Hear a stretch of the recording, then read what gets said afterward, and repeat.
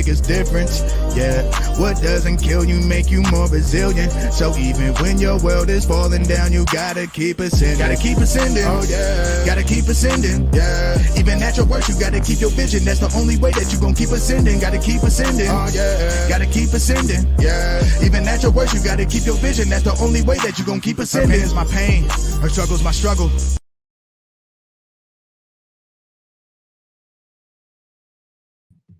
Happy Sunday. Happy Sunday. Welcome to Believe Radio and welcome to Ascending with Toni Rochelle. And I am your host, Toni Rochelle. Oh my God, y'all. I'm just got to say, I'm so happy to be here. Like I'm always happy to be here every Sunday live with y'all. But today is just very special to me because today is the last show of the season. I can't believe it. I can't believe that God allowed us to have 12 episodes this year. I did not know that the year was going to be like this for your girl. I didn't know that this platform would grow and flourish. I did know because I knew the Lord was in the middle of this. I knew that it was his plan, but he be shocking me. Do he shock y'all like he shocked me? Because he definitely be shocking me. And I'm just so excited to celebrate. I just feel so humble with all the guests that have come on this platform and sat here and trusted me and been authentic with me and told me they business. You know what I mean? It's just exciting. It's a blessing. It's been an amazing experience. Let me just start off by saying, like, this platform has helped my life heal. Many of you have heard my story, but maybe some of you haven't. Like, I started this platform because the Lord told me to start this platform. I had no idea where it was going to go. I didn't even know what the word ascending mean, y'all. I didn't even know what it meant. I knew what the word descending meant, but I didn't know what the word ascending mean. And I've been reading the Bible my whole life. And when I realized what this word meant, I started seeing the word in the Bible a lot. I started hearing the word more and more and more. And as I started to like let the word get deep down in my soul, I realized, y'all, I realized I have been ascending my entire life. And maybe that's how you felt when you first heard the word. Like, girl, what does that mean? Like, yeah, we know it means to go higher and reach higher grounds and, you know, not stay stagnant. But when you really think about it, when life really showed up for you, that one time, you know what I mean? When you lost that job, that one time when you had that breakup, that one time when you couldn't pay the bills, that one time when you had a flat tire. Yeah, because let's talk about the little stuff too.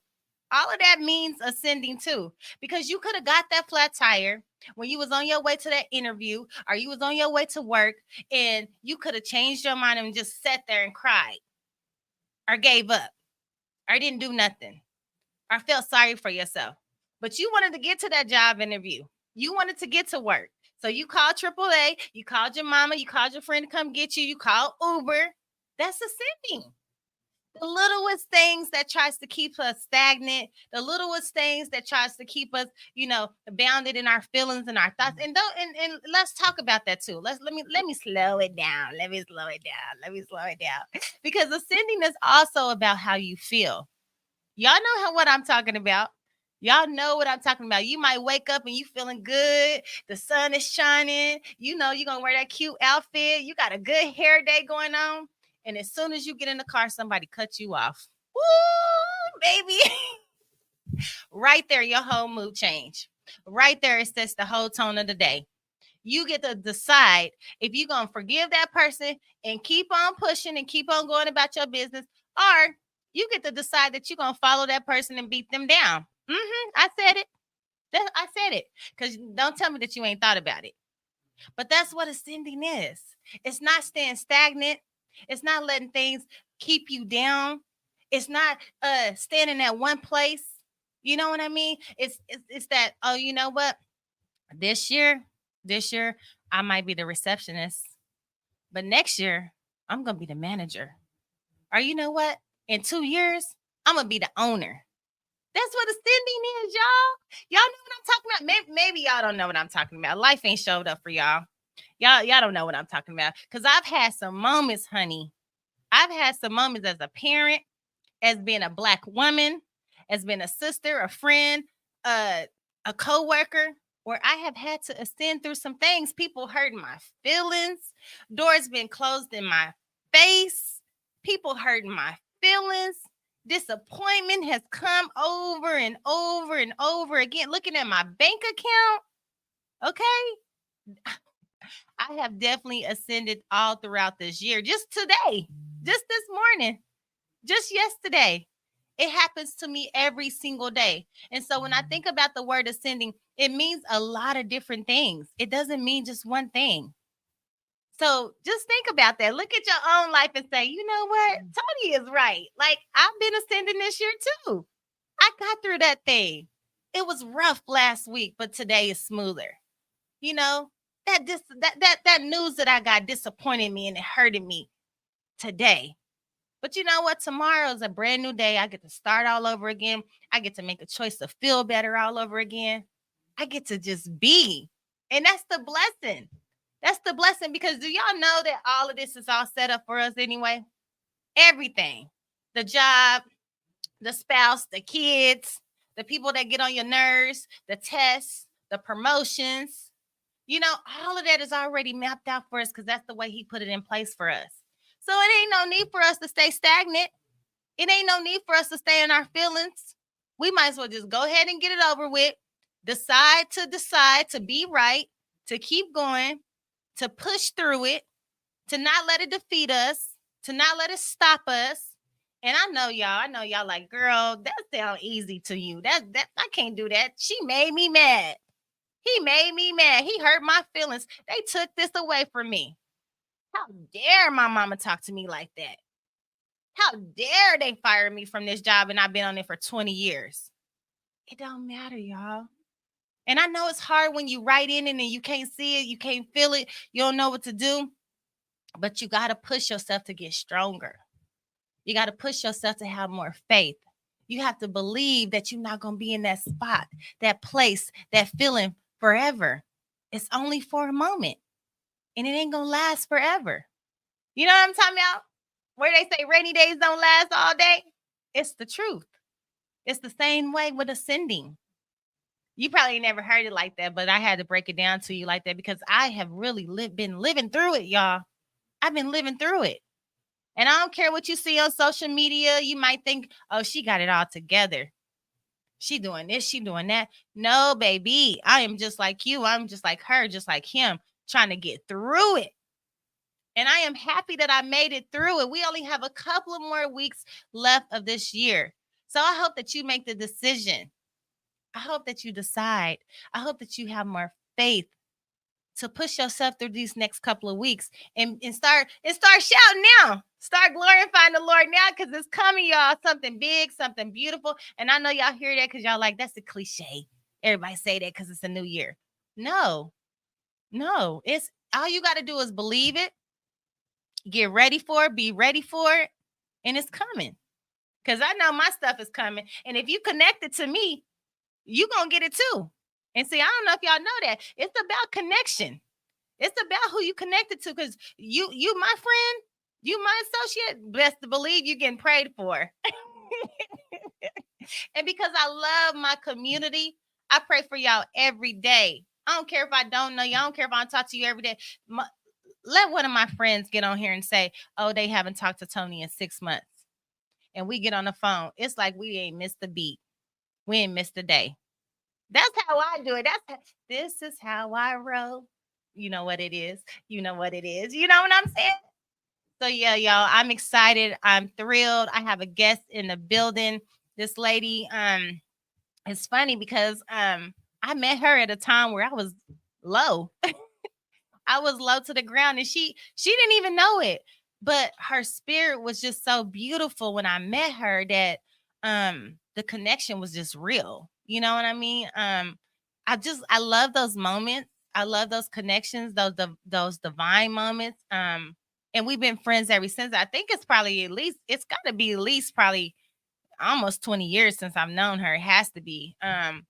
and I'm just grateful to have her in the studio. She taking out the last show, y'all. So y'all know it's gonna be good. Y'all know it's gonna be juicy. I hope it helps you today. I hope that you guys been watching all the shows before today. If you haven't, this is a great time to go binge watch and see all the other people that have been on this platform.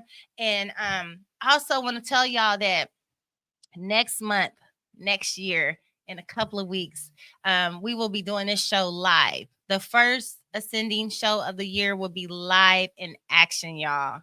You get the chance to be a part of the audience. You get the chance to come see me up close and personal.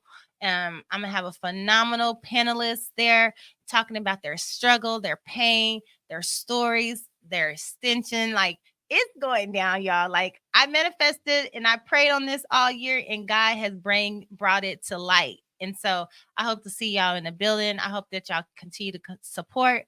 But we about to get into today, because we here today. Because tomorrow really ain't promised to us, but I'm gonna speak it because I believe. You know what I'm talking about? Yeah. So anyway, I'm gonna bring up my guest.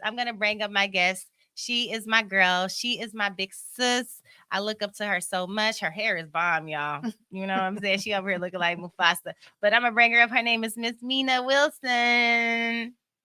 Hi, Toni. I'm so happy to be here with you. Me and you together forever. Ever, girl, since that first day.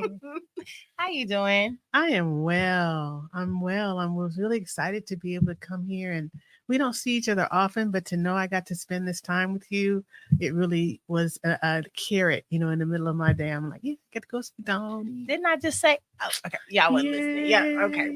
Anyways. My girl. I'm so happy that you're here. I'm so happy that you are willing to. We know each other, but sometimes when you know a person, you still don't know all the ins and outs of a person. Yeah. And then, like, when you have a connection with a person, it's like you love them as they are. As who they be. However they come. And you never know what that person's been through, what they endured, or all of that kind of stuff. So today, I get to get in your business a little bit. And I'm excited. I'm already getting emotional for some reason. I don't even know why. Well, this is just the balance, baby, because you shared your story with me first, remember? I know. So we just balancing it out. There we go. Yeah. There we go. Yeah. So when you think about the word ascending, what does that mean to you? What does that do to your spirit? So life is life. Mm-hmm. And there's only so much of that we control. Yes. Right? Yeah. And so one of the things we don't control are the things that happen to us. Say that. The people who are in our lives and how they choose to show up, what they do or don't do, how they injure us or not, right? The opportunities that show up or don't show up. Yeah. How the environment sees you and the burdens and oppression that shows up in your life, or privilege, because we both live at the intersection of both privilege and oppression, especially in this environment. But the thing that we do control is our response. Okay. To the things that happen to us. That's where we have the power. Mm-hmm. And so that's what ascending means to me, because those turmoils, the environment and people's personalities and, the wounded spaces in you that make you feel a certain kind of way. Yeah. All of that shows up. And then we get to decide. Ooh, that is definitely ascending. How we move. And in every decision point, we have the opportunity to choose ascension. Yes. Or we can choose anger, or we can choose retaliation. But as we evolve and we begin to understand, and that's more than understand, it's a different level of knowing. And I think it comes out of the knowing of really having a relationship with God and being in appreciation for how he is with us. Yes. We decide to walk in a measure of humility and compassion with other people's foibles, understanding that they are doing their best some days. Yes. And just because it doesn't show up the way you want it to doesn't mean that it's not okay. That's why I think it's important to know who you are too. Absolutely. Because in order to know who you are, then you know how to deal with other people. You can only meet other people as deeply as you've met yourself. Yeah. And that's hard to do, to get to know your own self, to look your own self in the mirror and to decide like, oh, I am like that. I do got an attitude in the morning when I come to work. That's the work. And I'm better at 12 o'clock. That's the work. Or, I'm not such a hard worker after all. I'm a little bit lazy. I used to do mirror work in my classes with students.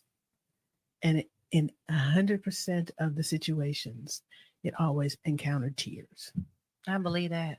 To just have to stare at yourself naked and be honest with who you are. Mm-hmm. But then past that, let me see, how do I put this? Even in our ashamedness and our guilt, we're still miraculous because we're made in the image of God. Yes. What other being on the planet can even feel ashamed? That in itself is a blessing. It is. So as we walk through that, we got to hold that just like we hold our joy, because it's all part of life. We're our hardest critics on ourselves, though. Yeah. But that's why the work needs to be done. Yeah. And nobody needs to be perfect, because ain't nobody perfect. But it's not about perfection. Just knowing, like you said, having a choice, making a choice.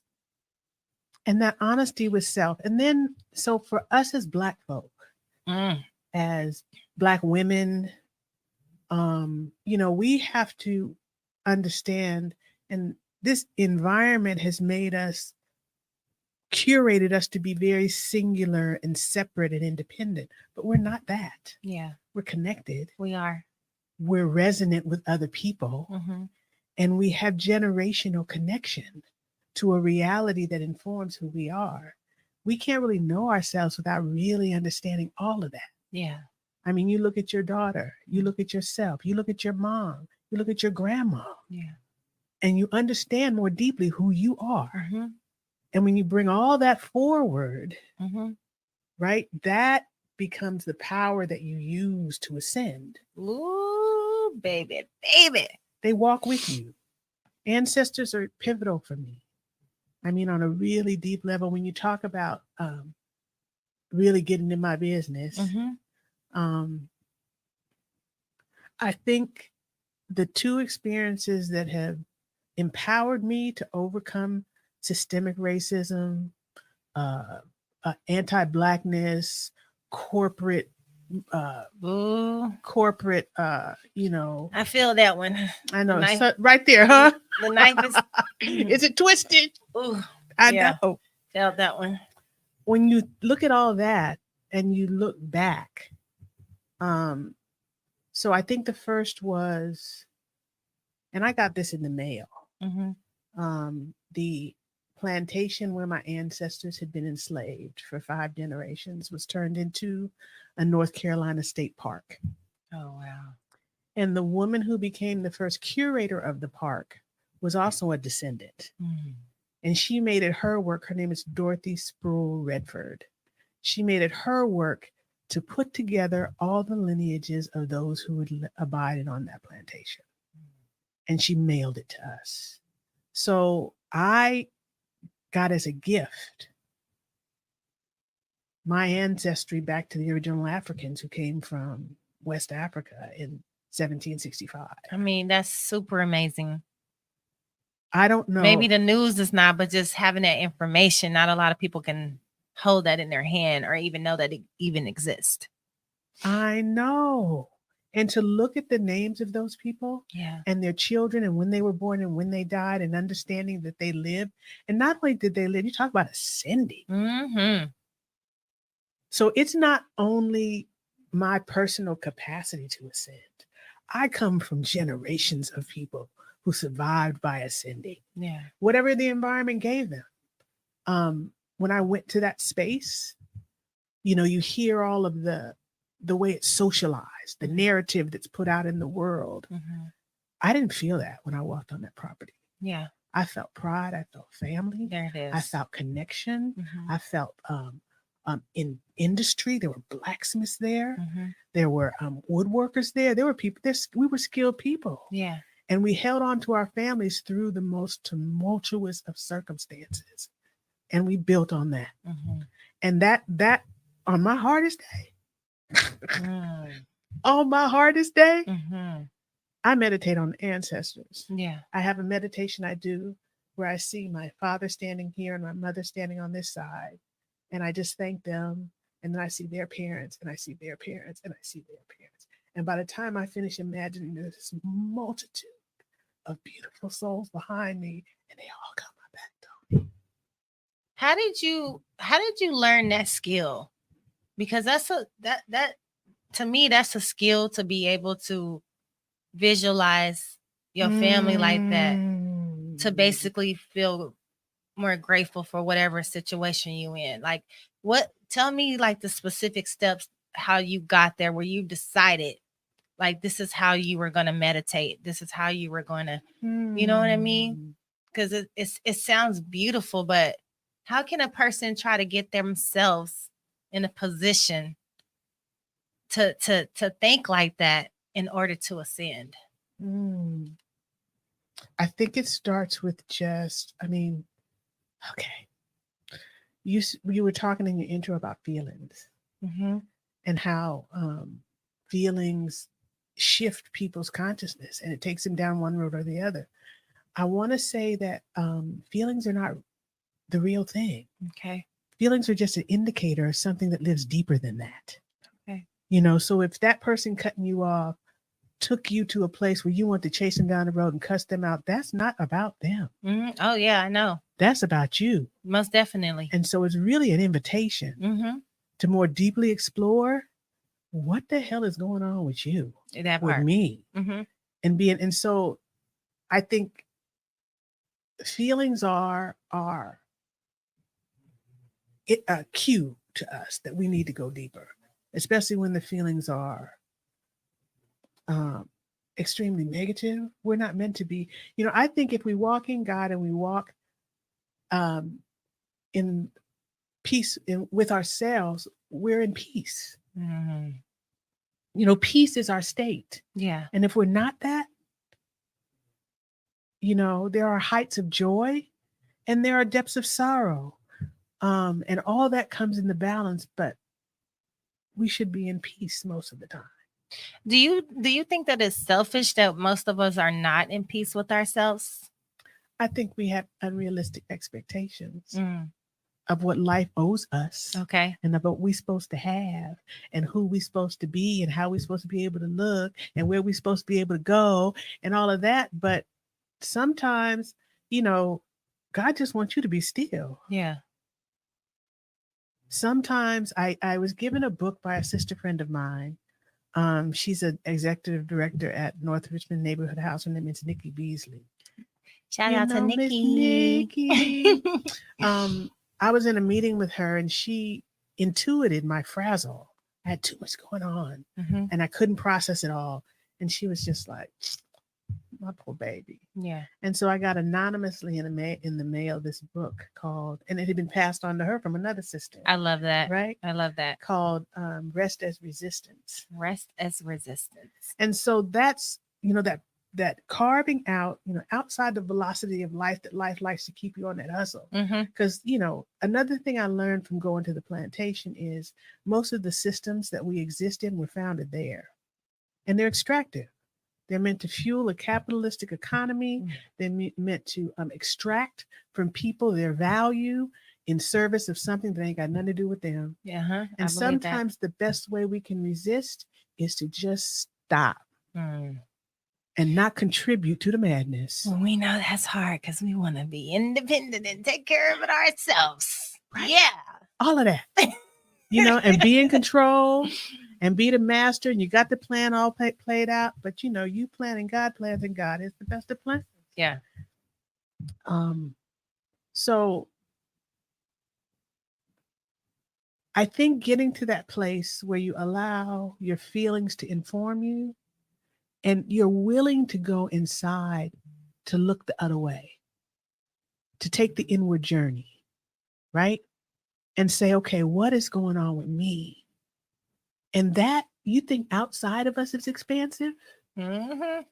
Inside of us is deeper than that. You better say that. You take a moment to turn around and look at yourself and really consider what is inside of you. And when you process all of the circumstantial, right? Right. The whatever size you are, whatever your hair look like today, whether you got that MAC makeup or not, whether you um uh uh had All those are narratives. all of that, right? How much money you make, what your car driving, is it clean today? Did you get that outfit? What are all that Ooh, superficial Lord. stuff, right? And you really get on the inside and you begin to consider who you are from God's vision of you. Like he didn't put you here for no purpose. Mm-hmm. So that's the first thing, like trying to discern your purpose. Yes.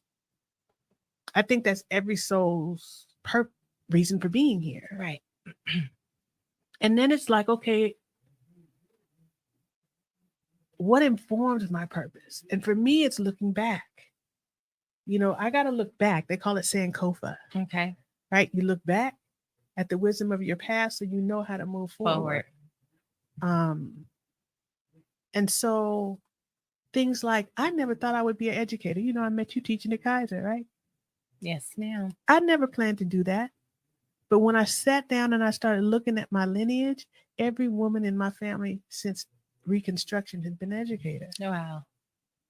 My grandmother was a teacher in normal schools.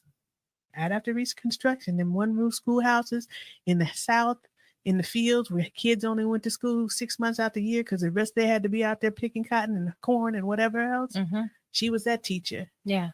And she taught my mother and her sister at the dining room table. Yeah. And my mama was a librarian. All my sisters were teachers. I'm like, but I didn't look at myself like that. Right. At one point in my life. Right. But when I began to understand the lineage and it came from somewhere. It came from somewhere. It was there already. So none of us stand alone. Mm-hmm. And so that consciousness brought me to think about them more. Yeah. And in my last job transition, I went out of disability. I was so stressed. I jumped out of that career like a pilot with a half-on parachute and goggles cocked to the side. I was just out. I didn't even know what I was going to do, but I was clear about what I wasn't going to do. What you wasn't going to do. There you go. And so in the transition, and I call that's like the space where you just floating. You don't know what's going on. You don't have a plan. You believe in God, so you have faith that keeps you getting up every day, but you just ain't sure about much of nothing. Ooh, there go that knife again. Come on. I'm sorry, sis. Just sticking me. I was seeing, and this is another thing. In the Black community, we got to support ourselves. We got to support our mental health. We have to. We got to talk to somebody. We have to. So I was wise enough. It's to go getting better though. I will give us some credit. It is within the last couple of years. I don't know if it was the pandemic or a little bit before the pandemic. It's starting to get a little better. So I will applaud our community because we are getting better at it. Yes. And the thing we need now is for people to take this up as a profession and become mental health professionals. Yes, I need to see more, but yeah, there it is. So we need to talk about pathways for our children to, all of that, because it's going to be a growing need. But so I saw a psychologist, right? And I was talking to her and I kept talking about ancestors. And, because that's really what cleared my vision. So it's like when you see the world through that lens, you can't unsee it. There you go. And when I came back to work, I saw it everywhere. Ooh, when you know. And when you know something. The bonus structure, the labor management relationship, I saw it everywhere in the services we provided. Yeah. I was just like, and so she asked me one day, she said, so Mina, you keep talking about your ancestors. I said, yeah. She said, well, if they were going to make a decision, what would they want you to do? Oh, okay. That was another intersection. So it's not like you arrive at this consciousness all like, boom, I'm here. It's iterative. The more it's like a puzzle. Yeah. It's piece by piece. Yeah. Yeah. It's like almost like walking from the beach side into the ocean, and then you begin to float. But it's little by little. It's progressive. Yeah. That's ascending. Yeah. That's definitely ascending. Yeah. And for me, it's like going up, ascending, but it's also going down. deep inside of who you are. Yeah. Because when you know yourself, the other thing that made me unapologetically clear about who I am is once I found out about them at the plantation, I went to Senegal, to the slave castles where they were from. That's a treat. And when I came back, I was singing that song by Ice-T. Y'all should have killed me laughing. Because what can you do now? I know myself in a way. Yeah. And God says to me, every African American needs to come back here so they really get it. I agree. You know? And so we walk in the power of those who came before us. Mm-hmm. Yeah. And if you're not doing that, if you're walking alone, you're extremely vulnerable. And I would encourage any, especially Black, African American, other nationalities of Black folks are more welcome. They didn't do the diaspora thing. Mm-hmm. So like Nigerian Americans who came over here, or some of the Ethiopian, they're more tied to their culture. Yeah. We went through a traumatic separation. Yeah. From who we are. And so it makes us far more vulnerable than some of those Black folks who are closely tied to their heritage. Mm-hmm. So for us, and I'm just talking about us because this is me. Yeah.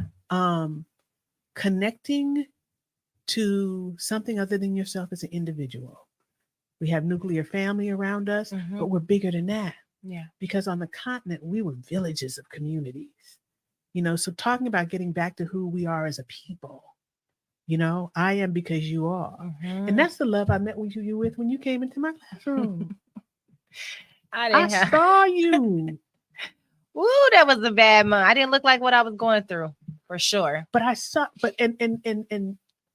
that made me really seeing you that much more powerful. Because I knew you were made of something.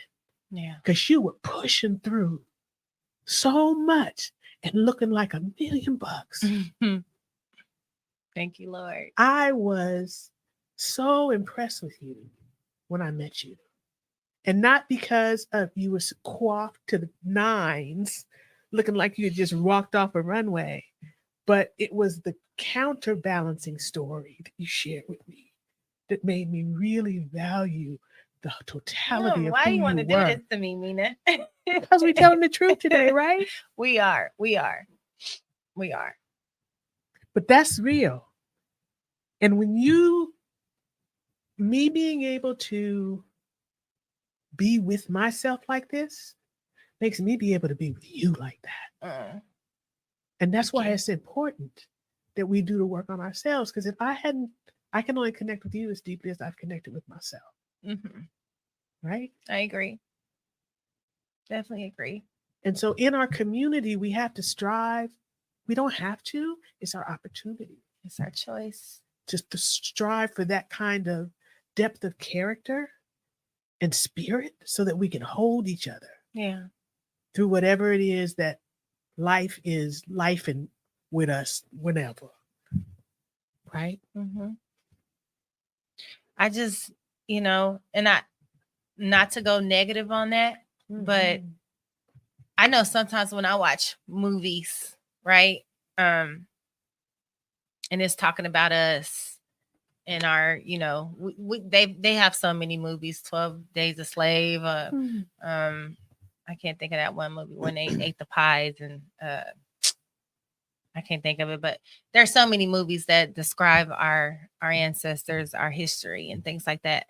And I had to come back to reality when I go outside and remember that I'm not in that place of what I just watched on TV. And that anger comes to mind, how did you, walking on that plantation, finding out that information and then going back to the land, like, how did you decompress that anger part of it? I know the compassion is there, I know the love is there, but like the anger part of it, especially like the younger generation now, like them finding out things that's, being discovered to them for the first time, or you know, because I've heard people say when they've gone on plantations, they can feel it. You know, they can hear the drums, they can smell the All blood, of that is true. they can their skin, like they can All of feel that it. is true. You know, so it's like, All of that how is do true. you decompress that anger, the anger part of it? There were, and I think about, I didn't live through it, but I feel the vibrations of the ancestors who did. Mm-hmm. And so rather than let the cultivated narrative inform me, I let what I feel from them inform me, which is very, very different. Mm-hmm. And in a lot of ways, I mean, it's it's shape shifted all different ways now, but we're walking in the same paradigm. It just got different clothes on. Okay. Right? Yeah, we are. So now slavery is mass incarceration, right? So though, you know, I think about it like if we were abolitionists and the Harriet Tubmans of today, we would have our eyes over there because that's the current slavery paradigm. You know, so I didn't feel anger. And if I do feel anger, let me be more clear. The anger that I feel, is not a reactive anger. Okay. I was about to say, because it's not a reactive anger. That sounds It's more, the kind of anger that moves from under the earth. Okay. And when it stands up, everything shifts. Okay. Right? I can see that. It's more of a commitment. It's more of a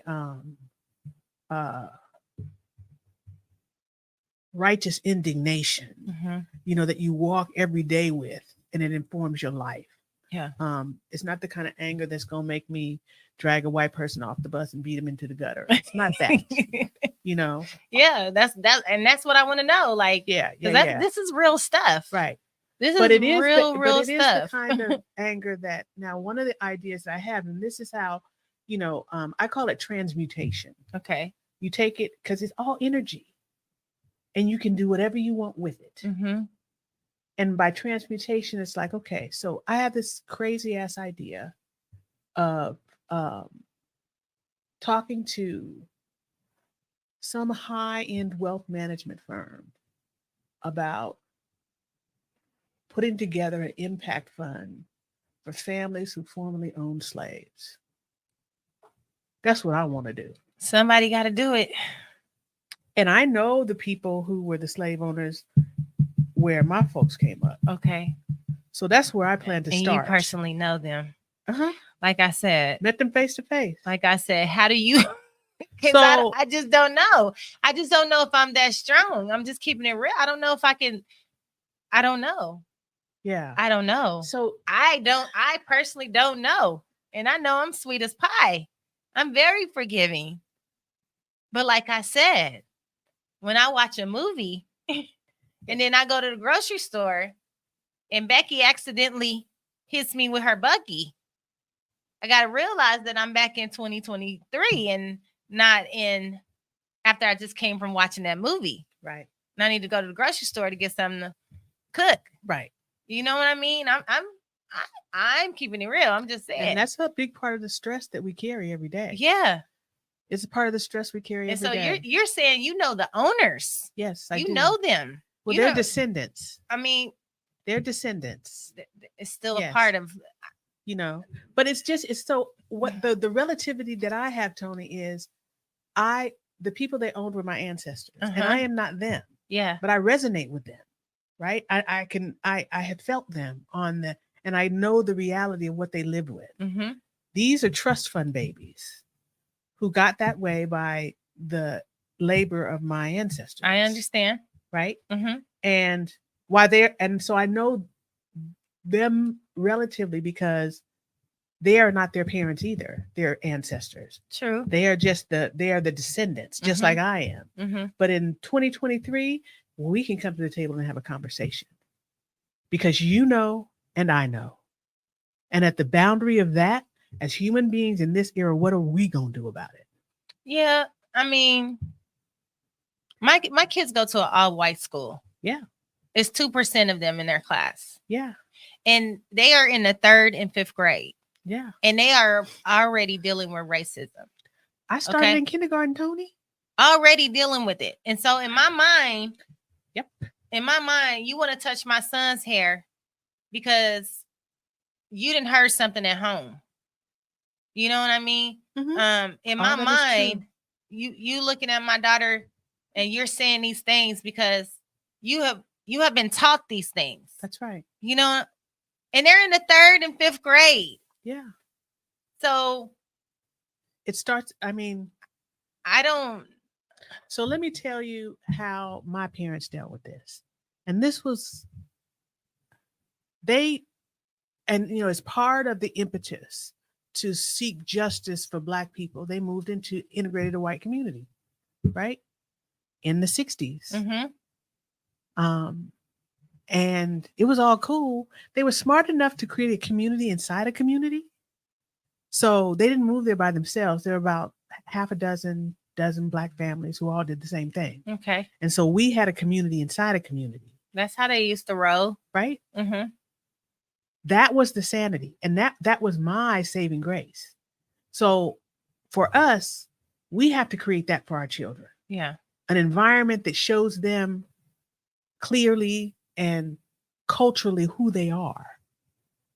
So they don't get distracted, miseducated by the systems that they have to navigate in this world to go through the world. So, I got suspended from kindergarten after about 10 weeks. The first week I was novel. None of them had seen anyone who looked like me when I went to Madera Elementary School. Mm-hmm. Not a one. So the first week it was, I was interesting, and then it went on to full on bullying. And after, my mother is a preacher's daughter. Mm-hmm. So I've been taught, turn the other cheek, all of that. That fell on the feelings of 4-year-old immaturity. And by the time I woke up, her hair was wrapped in my hand and I was smashing her face in the sandbox. Baby. Right? It was on. I just saw red and it was over. But from there, there are two things that happen. And this is a capacity we can only do for ourselves. We cannot look to any institution to do this. We have to be strong enough to do this for ourselves. Mm-hmm. I, as a 4-year-old, knew something was wrong with them. Mm-hmm. But I also was so freshly developed in my own self-concept that I really started to believe something might be wrong with me. That's my right? That's my point. Okay. That is exactly I didn't even have to say it. No. So I am suspended from school at home. Uh-huh.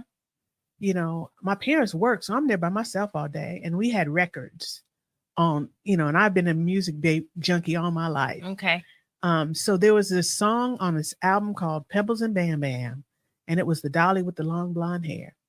And I used to sit and listen to that song all day. And I started imagining, like, what would my life be like if I was a little white girl? Maybe it'd be better. Been there. So my mother comes home one day and, I done gone in the linen closet and got the little yellow got you a towel. Girl, we got it on my hair. And act like it was your hair. All of that, right? Lord Jesus. I'm in full throttle in my performance, all in the middle of the living room. And all of a sudden the music stops. And I look and my mama is standing there with the record player arm in her hand going, what the hell are you doing? That part. And we just looked at each other and she said, do you feel like that? I'm going through that right now with my daughter. She's obsessed with Taylor Swift's. Yes. And so let me tell you the story, Toni. And so I said yes. And we both sat on the steps in our living room, in my mother's living room, and cried. The next thing I knew, she had swept us up and was driving us down to South Berkeley, girl. We went to the South Berkeley Community Center, and Dimensions Dance Theater was a young fledgling dance theater at that time. And my mom was a librarian in Oakland and knew them. Okay. And she took us to there and she said, You're gonna learn your heritage through dance.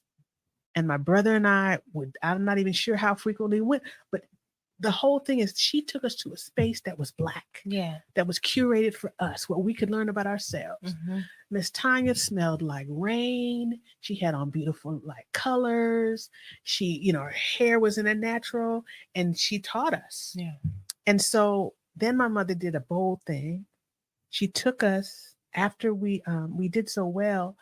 The woman choreographed a dance skit for us, and we began performing. I was 4, my brother was 5. We were hot, Tony. We had intro and outro and little independent skits. And so after Michael and Janet. exactly. Exactly. And then my mother did something bold. She took us and enrolled us in the talent show. Mm-hmm. And I remember, and we're dancing to Alatunje, girl, in 1966 in El Cerrito, California. I wasn't thought about then, but okay. No, right? Yeah. Yeah, that tells you. I mean, Martin Luther King hadn't been assassinated yet, but it was in that era. Yeah. Right? And we're African dancing at a predominantly white school at Alatunje. My mother was really bold. And I remember standing on the side of the stage and the music started, and I had to keep from rolling over laughing because the looks on the white people face in the audience, they were like, this is not the typical piano recital. Right. And we came out there and we busted, girl. We did our thing and we won the show, girl. Yes, you did. Oh, and yes, so, you did. And I remember that little white girl who taunted me. I was just like, But then afterwards, I looked up and I saw my mom, and I was so grateful, Toni, because she redeemed me that day. Mm-hmm. And so that's what we have to do with our children. We got to create environments that are their redemptive space for them, by us, for them. Yeah. And that's why we can't, you talk about getting lost in feelings and being individual. The picture is too big for us to be that small. Mm-hmm.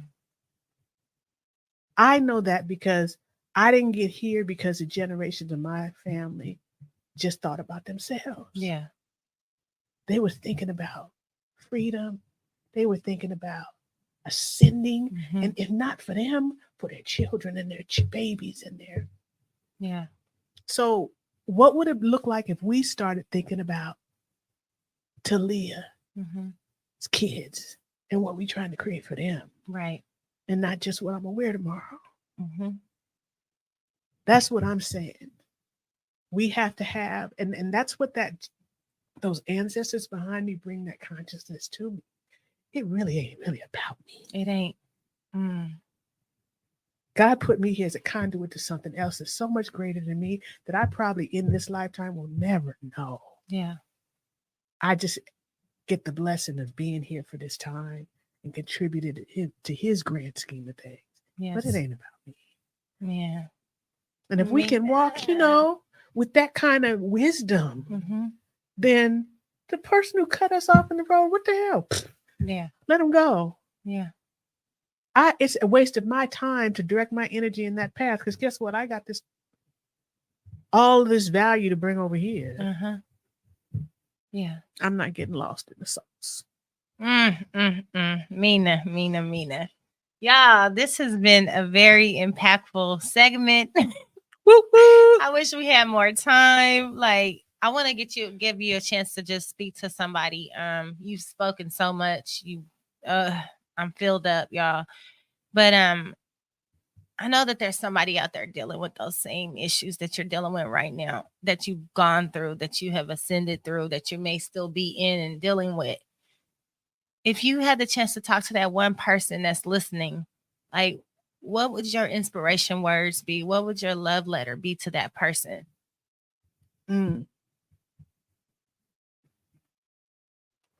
So I like the sister to sister thing, because there have been so many times in my life where I needed that love letter. And I'm so fortunate that there were women who showed up for me and delivered it. And that's one of the reasons why music is kind of my drug of choice, because I can listen to someone else's heart through music. And so Yolanda Adams wrote a love letter that I have been listening to for at least 2 decades now.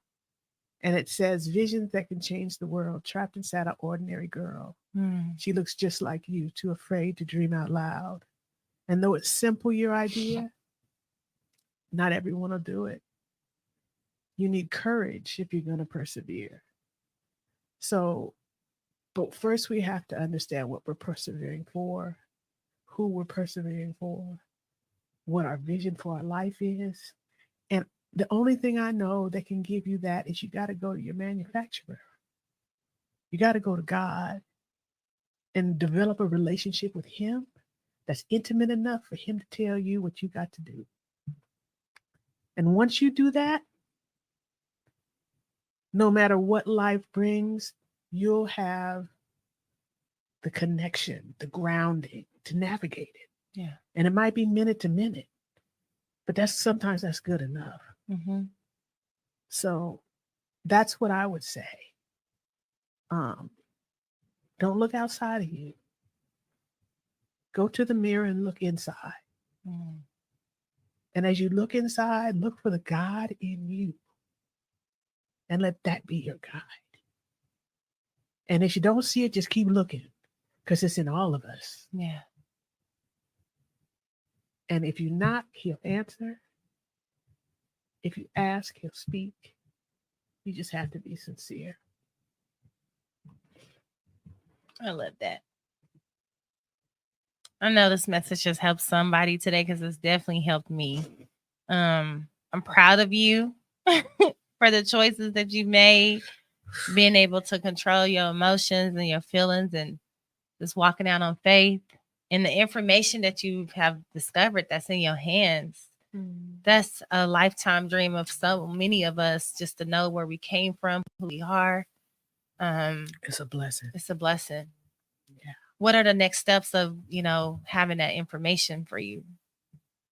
So really right now for me, and I'm going to be totally honest, because that's what we came here to do. Mm-hmm. Being strong and navigating the world doesn't come without its consequences. And so one of the consequences now is I'm dealing with a lot of chronic pain in my body. Mm-hmm.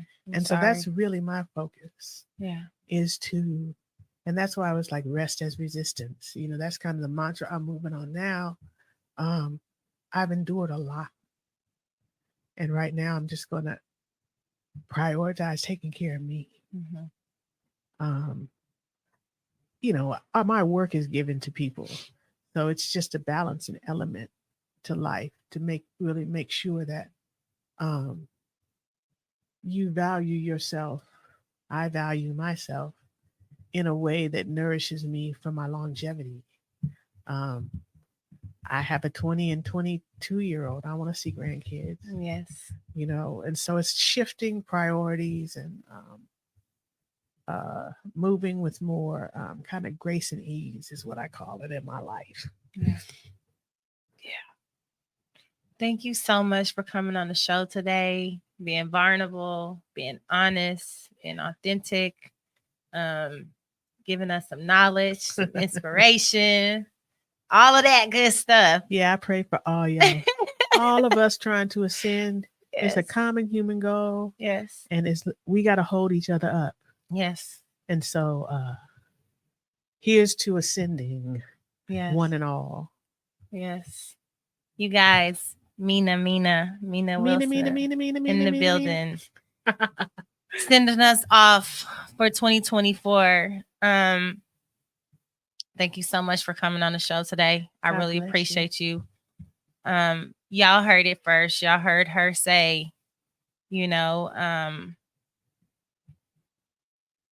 figure out your why.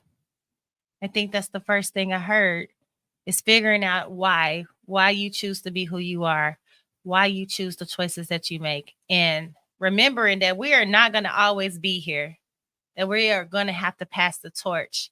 I think we talked about that on one of the shows before, of like the older generation passing the torches to us now, and they not wanting to let go, but we have to figure out how to let go of those emotions, not walking on those feelings, And understanding that it's just not about us.